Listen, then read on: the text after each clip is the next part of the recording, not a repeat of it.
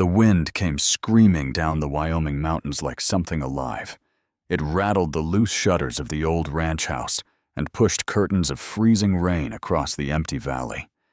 Every fence post groaned. Every tree bent low beneath the storm. Even the horses inside the stable refused to settle, stamping nervously against the wooden floor as thunder rolled over the distant cliffs. Elias Boone sat alone beside the fire, with a tin cup of cold coffee in his hand. The cabin smelled of smoke-wet leather and old pine wood. Shadows danced slowly across the walls, where faded photographs hung untouched for years. One showed a dark-haired woman smiling beside a wagon. Another showed a little girl sitting atop a pony with her arms stretched wide toward the sky. Elias never looked at those photographs for long. Not anymore. Outside, something slammed against the porch. The sound was sharp enough to pull him upright instantly. His hand moved toward the rifle, leaning beside the door, before his mind fully caught up. Years alone in the mountains had trained his body to move before thought. Slowly he rose from the chair, boots creaking against the floorboards. Another thud. Then silence. Only the storm remained. Elias pulled the door open. Cold wind exploded into the cabin. Rain lashed across his face as lightning flashed over the valley. At first he saw nothing. Then his eyes lowered toward the porch. A tiny shoe sat in the middle of the wooden boards. It was soaked black with rainwater. One side had been torn open near the heel. Mud clung to the stitching. A faint smear of dried blood darkened the toe. It was a child's shoe. Very small. Elias stared at it without moving. Somewhere beyond the storm came the sound of breathing. Heavy. Animal. He lifted his eyes slowly. A black Mustang stood near the gate at the edge of the yard. Tall. Wild. Rain streamed down its muscular body, while its mane whipped violently in the wind. One of its ears had been torn long ago, leaving a jagged scar. Its dark eyes remained fixed on Elias, without fear. Neither moved. For one strange moment, the storm itself seemed to disappear. Then thunder cracked across the mountains. The horse turned sharply and vanished into the darkness beyond the trees. Elias stepped off the porch and looked toward the muddy ground below. Fresh hoofprints, and beside them, small barefoot tracks. A child had been there, very recently. The wind howled harder through the valley. Elias picked up the shoe carefully in his rough hand. The leather was still warm. The next morning the storm had passed, but the mountains looked dead beneath layers of pale fog. Elias saddled his old mule and rode toward Black Hollow, with the small shoe wrapped inside his coat pocket. The town looked exactly as it always had. Tired. Dirty. Hungry. Men drifted between the saloon and the mining office like ghosts, trapped in mud. Smoke poured from crooked chimneys. Women hurried children off the streets whenever armed riders passed through town. And everywhere stood the mark of Owen Grady. His name on the bank. His men near the jail. His supply wagons lined across the main road. Even the sheriff wore fear on his face whenever Grady's riders appeared. Elias stepped into the saloon, bringing cold mountain air behind him. Conversations immediately died. Most men recognized him. The mountain rancher. The widower from the northern ridge. The man who disappeared after the fire 10 years earlier. Elias ignored their stares and approached the counter. The bartender wiped a glass nervously. "You planning to stay long this time, Boone?" Elias placed the tiny shoe on the wood. Silence spread slowly through the room. The bartender's face tightened immediately. "Where'd you find that outside my cabin?" a drunk miner muttered from the corner. "Belongs to Grady's girl." Another man kicked him sharply beneath the table, but the words were already hanging in the air. Elias turned slowly. The miner swallowed hard. "She disappeared weeks ago," he whispered. "Everybody knows it." The bartender leaned closer. "Best leave that alone." "What happened to her?" Nobody answered. Only the sound of rainwater dripping from Elias's coat onto the saloon floor. Finally, an old woman near the stove spoke quietly, without looking up from her tea. Little Clara Grady saw something she shouldn't have seen. The entire room stiffened. The bartender snapped angrily. "Enough." But the woman continued anyway. She ran from the North Mine one night, screaming about dead men underground. Her eyes lifted slowly toward Elias. Next morning, Owen Grady announced she was missing. Elias felt something cold move beneath his ribs. "How old 9?" one of the miners whispered carefully. "Sheriff stopped searching after 3 days." Why, nobody answered that either. Outside, horses suddenly approached. Several riders stopped near the saloon windows. Grady's men. The bartender immediately snatched the shoe from the counter and shoved it back toward Elias. "You should go." Elias looked through the dirty glass. 3 armed riders sat mounted in the street watching the building. Watching him. The biggest among them was Wade Mercer, Owen Grady's personal enforcer. His scarred face looked carved from stone. One hand rested lazily near the revolver hanging at his hip. Elias calmly slid the shoe back inside his coat. Then he walked out. The riders never spoke as he mounted his mule, but their eyes followed him all the way out of town. By the time Elias reached the ranch again, darkness had swallowed the valley. The air felt strange, too still. Even the dogs refused to bark. He dismounted slowly, scanning the tree line. Then he saw it. The black Mustang stood beside the porch once again, waiting. Its nostrils released clouds of steam into the freezing air. Something rested near its hooves. Elias approached carefully. A burned doll. One side of its cloth face had melted away from fire long ago. The remaining eye stared upward through dirt and ash. Elias froze. For a second he could smell smoke again, hear screaming again, see flames tearing across broken wagon wheels beneath the night sky. His fingers tightened around the doll, the same kind his daughter once carried everywhere. The Mustang watched him silently. Then it turned its head toward the forest behind the ranch. Elias followed its gaze. At first he saw nothing. Then came the sound. A cough. Weak. Small. Human. Elias grabbed the rifle beside the door and moved instantly toward the trees. Branches snapped beneath his boots as he pushed through the darkness. Snowmelt soaked his pants to the knees. The cough came again somewhere ahead, near the frozen creek. Then suddenly the Mustang burst past him between the trees. Elias followed fast. The animal stopped beside a narrow rock formation, half buried beneath snow and fallen branches. Inside the gap between the stones, something moved. A child, curled tightly against the rock wall, barefoot, shivering violently. Her blonde hair hung tangled across her face. Purple bruises marked one side of her neck. Blood covered the bottoms of her cracked feet. The little girl flinched the moment she saw Elias. "No," she gasped weakly. "Please don't take me back." Elias slowly lowered the rifle. Rainwater dripped from his beard while he crouched carefully outside the rocks. "I ain't taking you nowhere." The girl's terrified eyes darted toward the trees behind him. "They're looking for me." Elias reached slowly into his coat pocket and removed the silver necklace he had found beside the porch earlier that evening.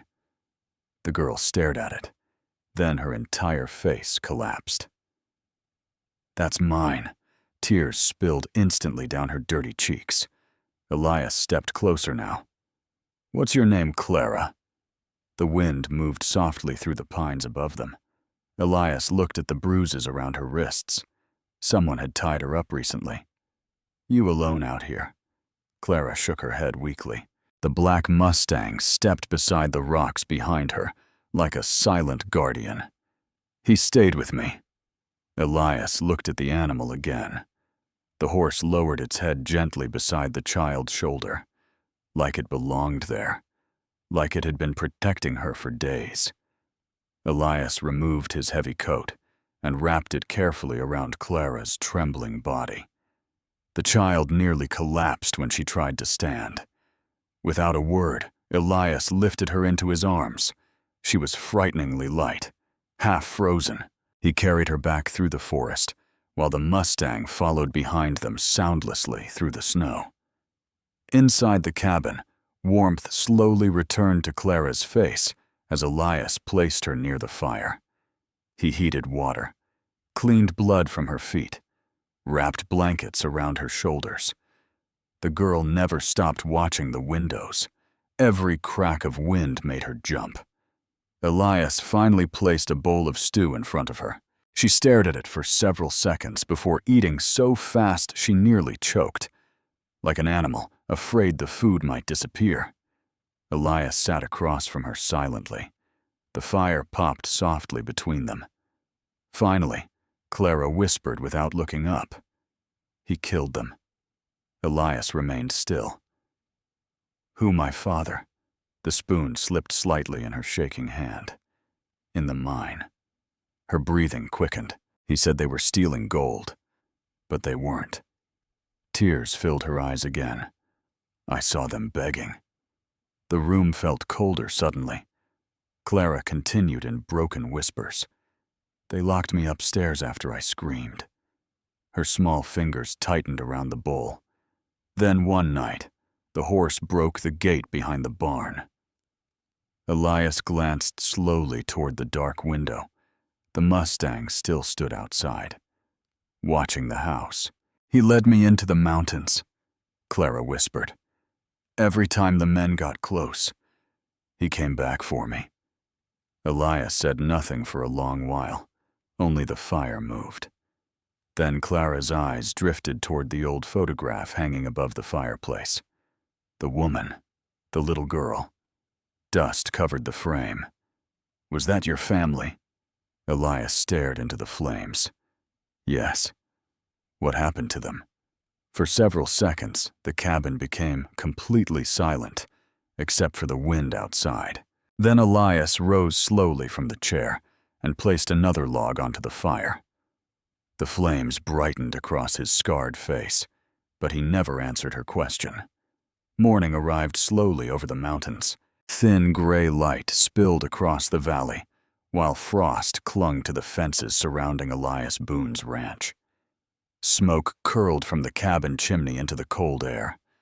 Somewhere far below the ridge, wolves howled beneath the fading darkness. Inside the cabin, Clara finally slept. For the first time in days, her breathing had steadied. Elias sat awake beside the fire with a sharpening stone in one hand and his hunting knife in the other. The slow scrape of steel against stone filled the room, while his eyes drifted constantly toward the windows.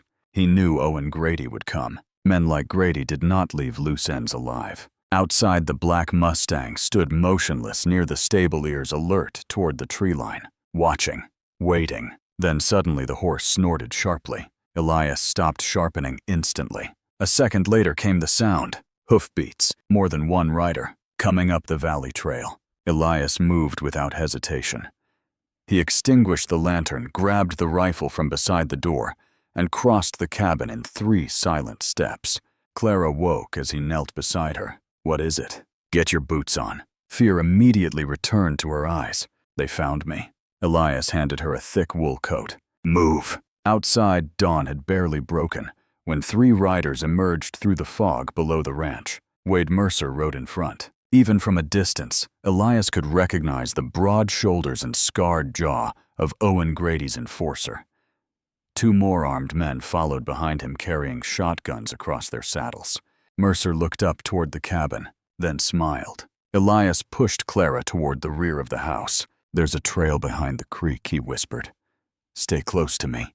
What about the horse? The Mustang suddenly appeared from the fog beside the stable, as if it had heard her voice. Elias opened the rear gate. Looks like he already said, ready to chilla. The riders reached the front yard, just as Elias and Clara disappeared into the forest behind the ranch. A gunshot exploded behind them. Wood splintered from the cabin wall. Clara cried out as Elias grabbed her wrist and pulled her downhill through the pines. Snow cracked beneath their boots. Frozen branches whipped across their faces, while bullets snapped through trees behind them. "Spread out!" Mercer shouted somewhere in the fog. The Mustang burst through the woods beside Elias, racing ahead, before vanishing deeper into the mountain trail, like it was leading them somewhere. Elias knew these mountains better than any man alive. But Wade Mercer had hunted men before, too, and he was good at it. By noon, snow began falling heavily across the ridge. Clara stumbled constantly now, exhausted from days of hiding. Blood soaked through the cloth Elias had wrapped around her feet the night before. Finally, she collapsed beside a frozen stream. "I can't," she whispered weakly. Elias immediately crouched beside her. "You can. They'll kill us." His jaw tightened. "Not today." He lifted her into his arms again and carried her across the icy creek while snow thickened around them. Hours later, they reached an abandoned trapping cabin high above the valley. The roof sagged beneath old snow. One shutter hung loose beside the doorway, but it was hidden well among the cliffs and pines. Elias pushed open the door carefully. Dust, darkness, cold air trapped for years, but safe enough. For now. Clara sat near the fireplace while Elias rebuilt the fire from old dry wood stacked near the wall. The room slowly filled with heat and orange light.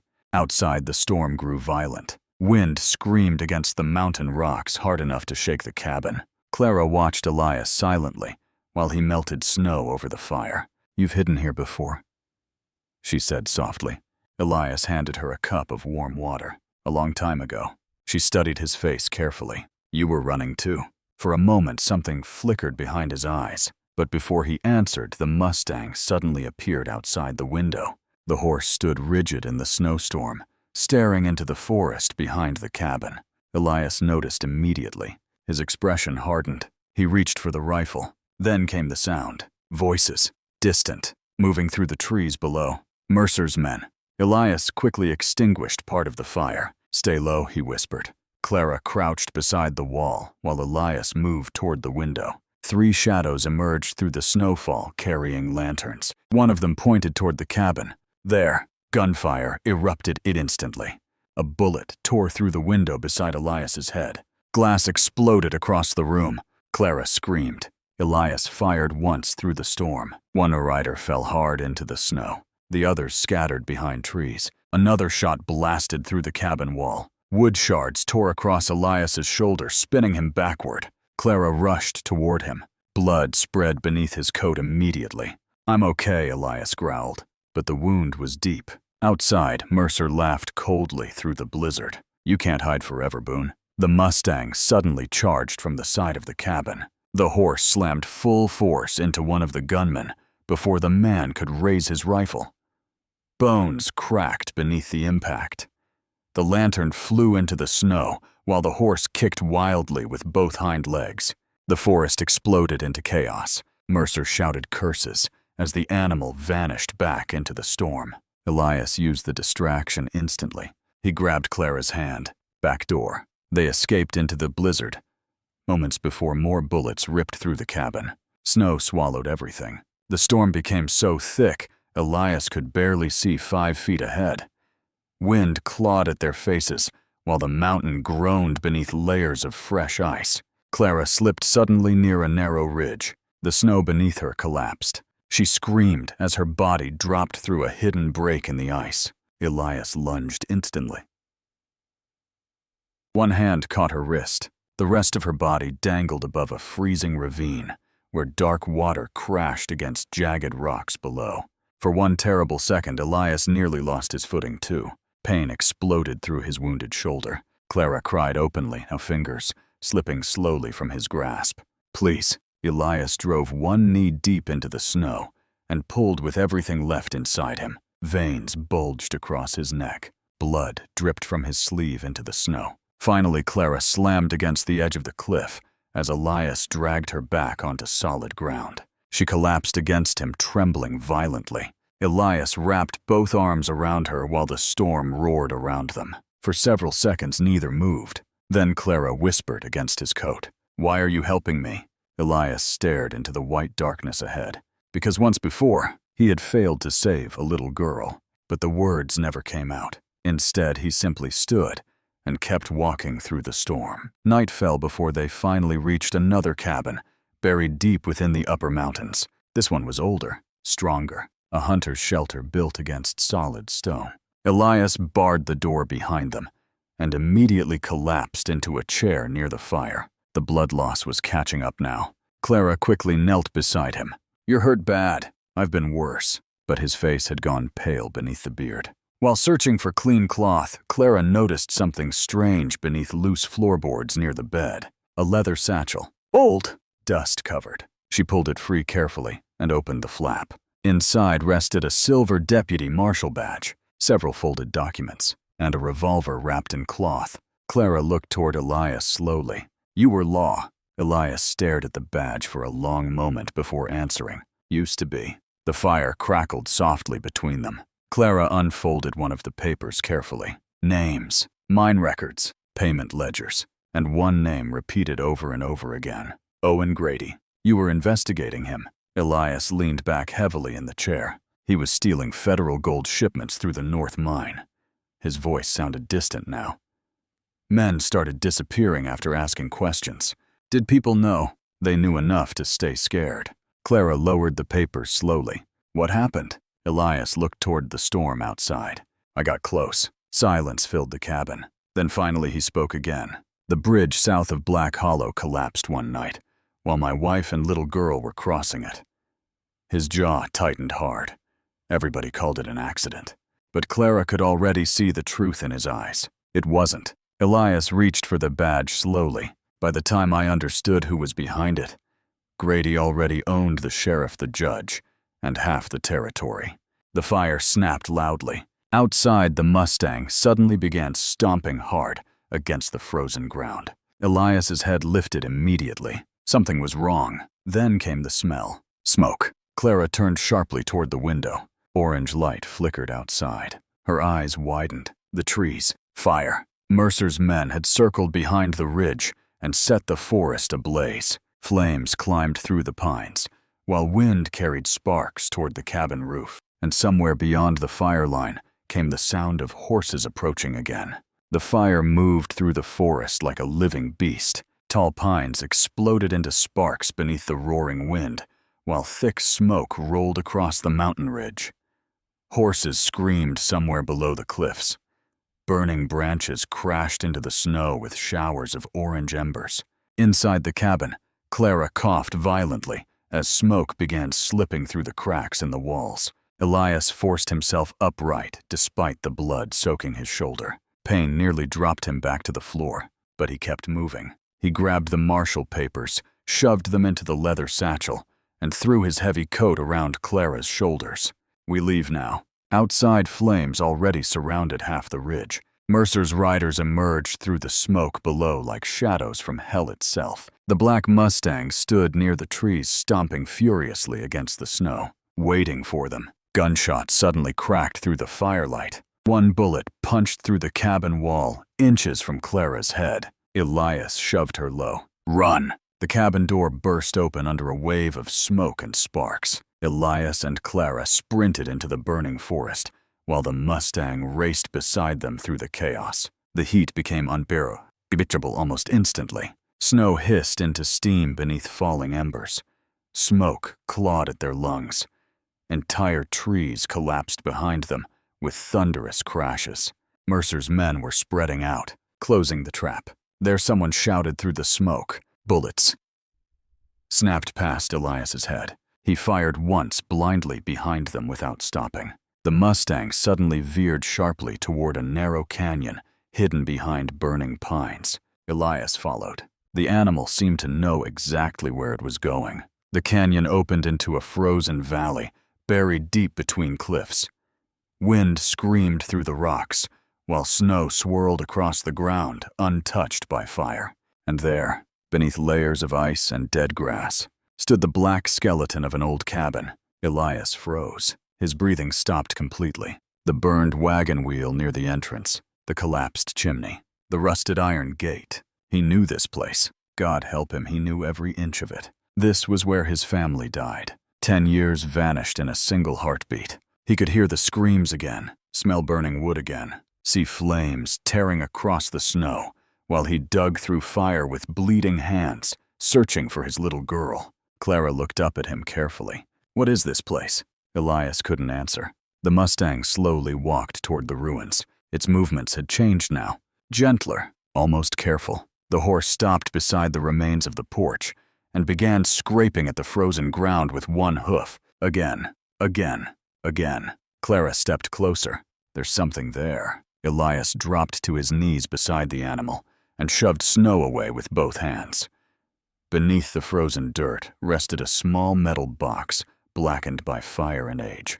His fingers trembled as he pulled it free. The hinges barely opened. Inside rested a silver pocket watch cracked by heat. Elias stared at it in silence. His wife had given him that watch on the day their daughter was born.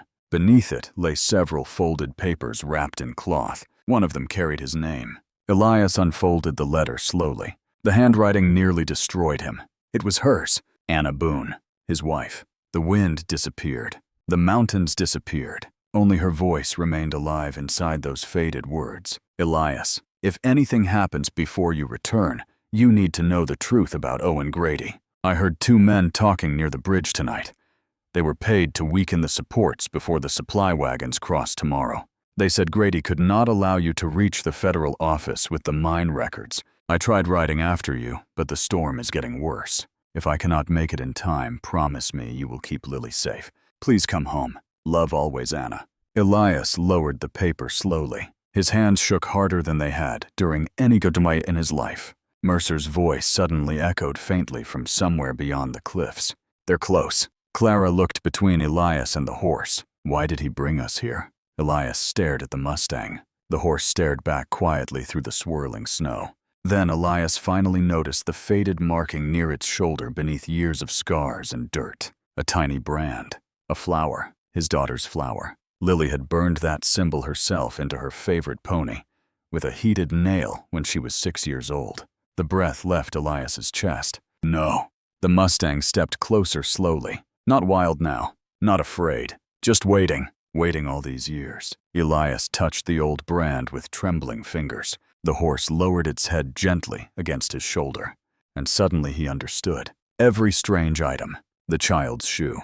The burned doll. The necklace. The horse had been leading him back through the ruins of his own life, piece by piece, toward the truth buried beneath 10 years of grief. But the last thing it delivered was not an object. It was justice. Gunshots exploded across the valley. Mercer and the remaining riders appeared at the canyon entrance through smoke and snow.